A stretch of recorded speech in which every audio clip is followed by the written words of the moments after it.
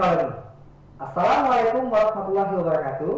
Perkenalkan, saya Randi Oktari, Duta Teknologi Kemendikbudristek tahun 2023.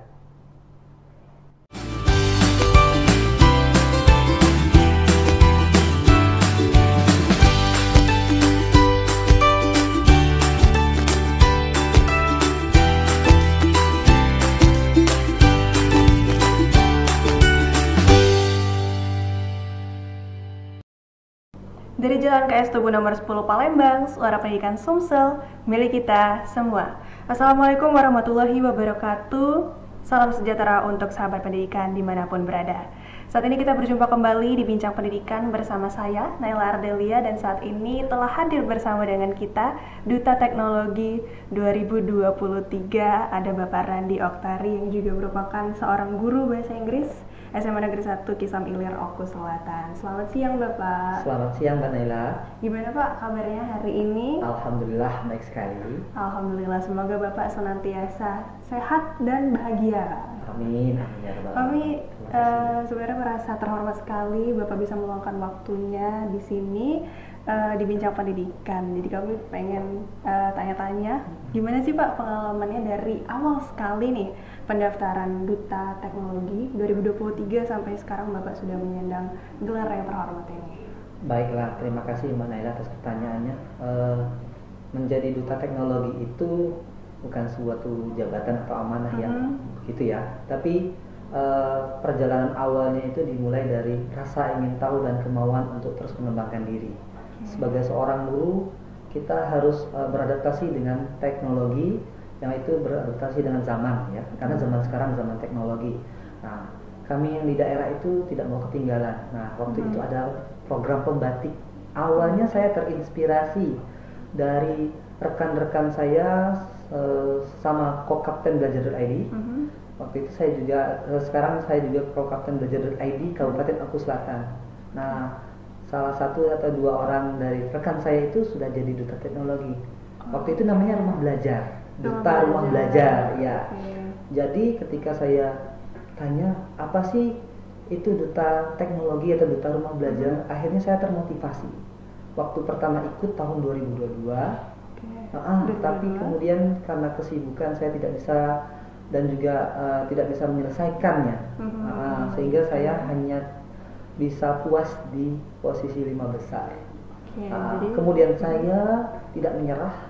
Dan alhamdulillah di tahun 2023, alhamdulillah saya dengan kemauan juga ketekunan, akhirnya saya bisa meraihnya di tahun 2023. Ya, itu.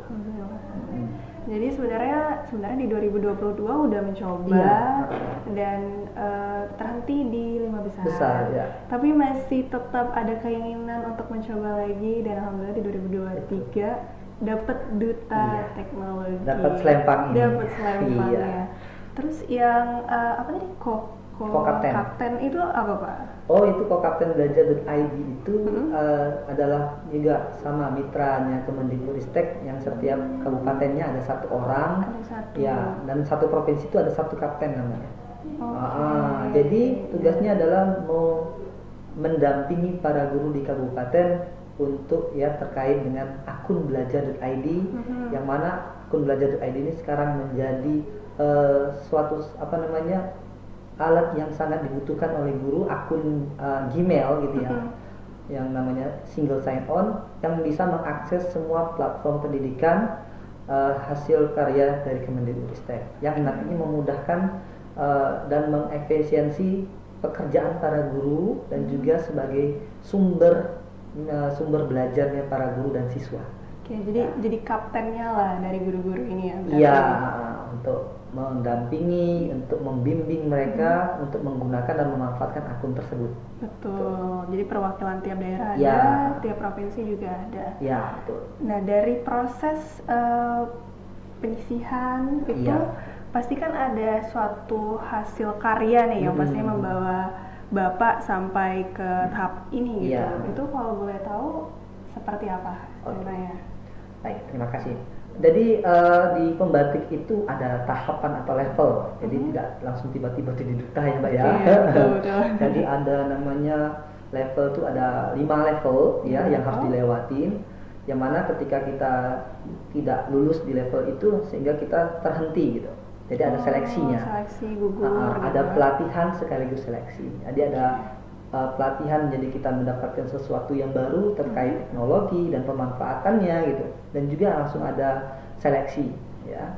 Jadi di level 1 itu disebut dengan level literasi. Nah, di level literasi itu kita membaca modul-modul yang disediakan, belajar mandiri melalui LMS, kemudian nanti ada ujiannya. Nah, di situ nanti sudah langsung bergerak yang namanya proses seleksi. Oke, udah sekaligus proses seleksi. Ya, betul. Kemudian ada level 2 ya, level 2 itu nanti membuat video pembelajaran. Tugas akhirnya. Nah, di situ juga nanti ada seleksi lagi di akhir prosesnya. Level 3 ada level kreasi. Nah, di sana di level kreasi itu membuat media pembelajaran atau juga membuat aplikasi. Nah, saat itu saya membuat media pembelajaran interaktif yang saya namakan berbatik mapan. Ya, itu pembelajaran berbasis TIK ya, yang ramah jaringan dan menyenangkan. Jadi saya membuat media pembelajaran dengan menggunakan aplikasi pihak ketiga ya, sehingga nantinya bisa digunakan untuk anak-anak belajar bahasa Inggris dan berbasis game. Oh, jadi ini game tapi sebenarnya ada pembelajaran. Iya, ada materinya, ada tujuan pembelajarannya dulu, karena di latihan soalnya itu game. Benar, jadi dia lebih menarik. Kalau soal yang ramah jaringan itu maksudnya gimana? Oh gitu. Jadi di ramah jaringan itu yang aplikasi atau media pembelajaran interaktif yang saya buat itu nantinya bisa digunakan walaupun tidak ada jaringan internet. Oh, bisa offline juga. Ya, betul. Karena kan kayak kita dari daerah yang mohon maaf jaringannya itu tidak stabil gitu. Dan juga internet listriknya juga tidak stabil. Sehingga itu jadi kendala guru-guru di sana untuk mengembangkan pembelajaran berbasis teknologi. Nah, jadi saya membuat suatu cara bagaimana guru-guru di daerah saya itu bisa tetap menggunakan teknologi walaupun tanpa jaringan internet, menginspirasi mereka. Jadi untuk level 3 tadi rutenya bisa offline juga. Ada level 4. Jadi level 3 itu nanti tinggal yang tersisa tinggal 30 orang. 30 orang masuk ke level 4 yang disebut dengan level berbagi dan berkolaborasi. Di sana mereka kita itu bekerja sama dengan para kompetitor atau para peserta lain lah ya bahasanya ya, untuk melakukan webinar ya, berbagi praktik baik yang sudah kita lakukan sebanyak-banyaknya. Itu berbaginya ke siapa? Dengan guru-guru lain. Oh, dengan guru-guru. Ya, bisa dalam satu daerah maupun kolaborasi antar provinsi boleh. Oke, itu juga boleh ya berarti sama provinsi lain. Terus nanti penilaiannya adalah dari pihak Pusdatin. Nanti akan menilai berapa banyak yang sudah dilakukan, pesertanya berapa gitu. Jadi masalah penilaian memang itu kembali ke pihak BLPT-nya atau Pusdatinnya. Jadi kita tidak tahu. Betul. Tiba-tiba nanti pas level 4 selesai diumumkan 5 besar. Di level 5. Di level 5. Nah, di level 5 itu baru nanti wawancara langsung dengan tim Pusdatin BLPT waktu itu, BLPT yang namanya ya sekarang. Nah, jadi ketika sudah wawancara, di wawancara itu unjuk kerja dan juga menyampaikan program kita. Setelah jadi duta kita mau ngapain? Oh, program kerjanya nanti gimana gitu. Setahun yang akan datang. Nah, setelah itu baru pengumuman gitu. Oke, kalau dari Bapak sendiri program kerjanya apa, Pak? Program kerjanya itu saya buat nama Inti Berkah dengan Pempek. Jadi memang dia itu mengambil kearifan lokal. Nah, jadi Inti Berkah itu inspirasi teknologi pembelajaran berbasis yang ramah jaringan dengan PMM dan teknologi. Jadi PMM itu platform Merdeka Mengajar yang saat ini digaungkan oleh Kemendikbudristek. Ya, betul. Jadi di situ program kerja saya ya tetap berbagi ya. Yang pertama pastinya berbagi praktik baik pembelajaran berbasis teknologi dengan para guru dan juga komunitas-komunitas belajar yang ada di daerah sendiri maupun juga di daerah di provinsi dan satu Indonesia ini. Dan juga ya tadi bisa membuat inovasi pembelajaran, ya kemudian menggunakannya di kelas dan mengimplementasikannya di kelas, di dalam kelas kita, dan membagikannya juga dengan teman-teman. Ya. Kalau dari Bapak sendiri prakteknya udah di mana aja nih Pak? Alhamdulillah Mbak, ya kita dilantik waktu itu di bulan November atau Desember, ya saya lupa, November kalau nggak salah. Nah, jadi setelah itu kita bermitra ya, audiensi dengan BG, Balai Guru Penggerak, dengan Dinas Provinsi, dengan BPMP, dan juga Dinas Pendidikan Kabupaten Daerah. Kemudian diajaklah kerjasama sama pihak-pihak terkait seperti itu untuk bekerjasama menjadi narasumber berbagi praktik baik. Contohnya di pelatihan, pemanfaatan TIK di Provinsi Sumsel yang dilaksanakan di BGP atau Balai Guru Penggerak Sumsel itu. Atau juga tentang webinar-webinar yang terkait platform teknologi juga sering secara daring. Jadi tidak hanya luring Mbak, tapi juga secara daring atau online. Ya. Jadi nggak terbatas di offline aja, online juga tetap bisa. Terus pastinya untuk kegiatan ini tuh butuh banget support. Pertama dari sekolah, karena Bapak kan seorang guru juga. Nah, jadi kalau dari sekolah Bapak sendiri gimana Pak? Alhamdulillah Mbak, dukungan dari lingkungan sekolah, terutama kepala sekolah sangat mensupport ya terkait kegiatan saya. Dari awal saya ikut pembatik, beliau memberikan izin, memberikan dukungan ya, dan memberikan ruang untuk saya berbagi di sekolah. Dan juga teman-teman rekan-rekan di sekolah maupun siswa-siswa saya sangat mendukung karena komentar dari siswa saya juga dengan pembelajaran yang Bapak bawa sekarang, teknologi itu sangat kekinian, kan tidak membosankan gitu. Dengan menggunakan gawai, bahkan mereka mempunyai komentar kapan bawa HP lagi, kapan bawa gawai lagi, biar bisa belajar sambil menggunakan handphone ya gitu. Jadi menyesuaikan lah, apalagi sekarang tuh kalau SMA berarti zamannya Gen Z ya. Jadi menyesuaikan sama pola mereka juga. Dan selain itu sebenarnya bisa dibilang mengharumkan nama sekolah juga Pak. Alhamdulillah Mbak. Jadi selain nama sekolah, nama orang tua pastinya, kemudian nama daerah kita Kabupaten Maluku Selatan. Mana sih kalau waktu pelantikan yang di Jakarta itu banyak disaksikan oleh menteri juga, walaupun secara online ya, dan juga Dirjen GTK secara online dan sebagainya itu mereka bertanya-tanya di mana sih Maluku Selatan gitu kan. Karena kabupaten di Sumsel. Iya, yang orang kenal kan dari Sumsel mungkin cuma Palembang ya. Palembang aja. Dan juga jembatan Amperanya yang sangat ikonik ya Mbak ya. Alhamdulillah dengan adanya kita jadi duta teknologi, orang jadi tahu bahwa ada kabupaten yang bernama Kabupaten Maluku Selatan gitu. Bisa yang terkenal dengan Danau Ranaunya. Oh iya, betul ada Danau Ranau di situ. Jadi bisa jadi representasi dari Maluku Selatan sendiri, memperkenalkan Maluku Selatan. Bahkan ini yang saya pakai ini adalah khasnya Maluku Selatan. Oh, ini khas Maluku Selatan. Ya mungkin saya nggak pakai lengkap lah ya, karena pakai baju duta.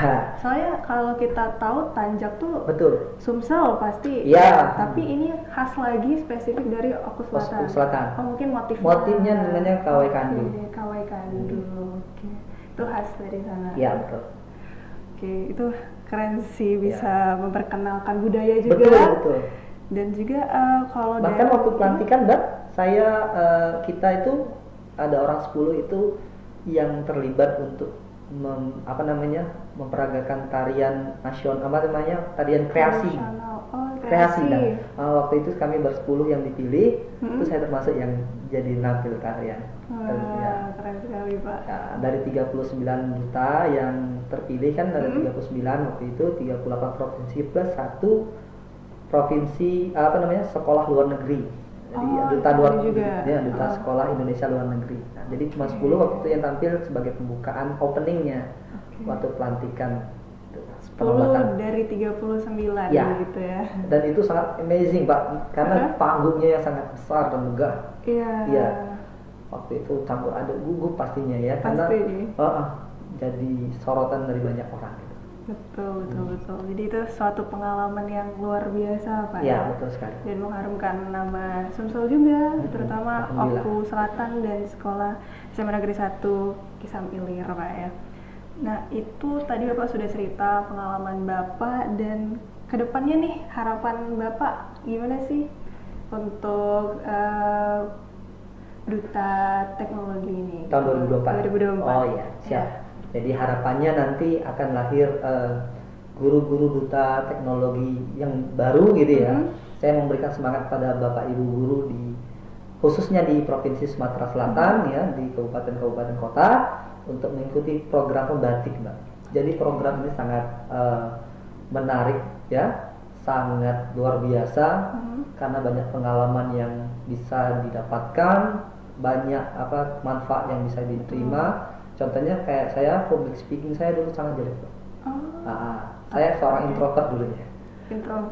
Tapi ketika kita sudah jadi guru, kemudian belajar dan punya pengalaman, sekarang alhamdulillah bisa berdiri menjadi narasumber di depan banyak orang gitu kan, bisa percaya diri gitu. Nah, ini salah satu manfaatnya, salah satu manfaat yang saya rasakan, dan juga saya merasakan bahwa pembelajaran di kelas saya bisa disesuaikan dengan zamannya anak-anak gitu. Jadi Bapak Ibu tidak ada ruginya ikut pembatik ya. Jadi banyak manfaat. Selain itu, ketika kita menang, akan ada banyak manfaat lainnya, hadiah yang menunggu gitu ya. Jadi selain keuntungan personal bisa upgrade diri sendiri dan juga standar pendidikan di lingkungan sekitar kita. Iya, betul sekali. Oke, terima kasih Bapak atas waktunya yang sudah diluangkan bersama Sahabat Pendidikan di Bincang Pendidikan. Demikianlah Bincang Pendidikan kita hari ini.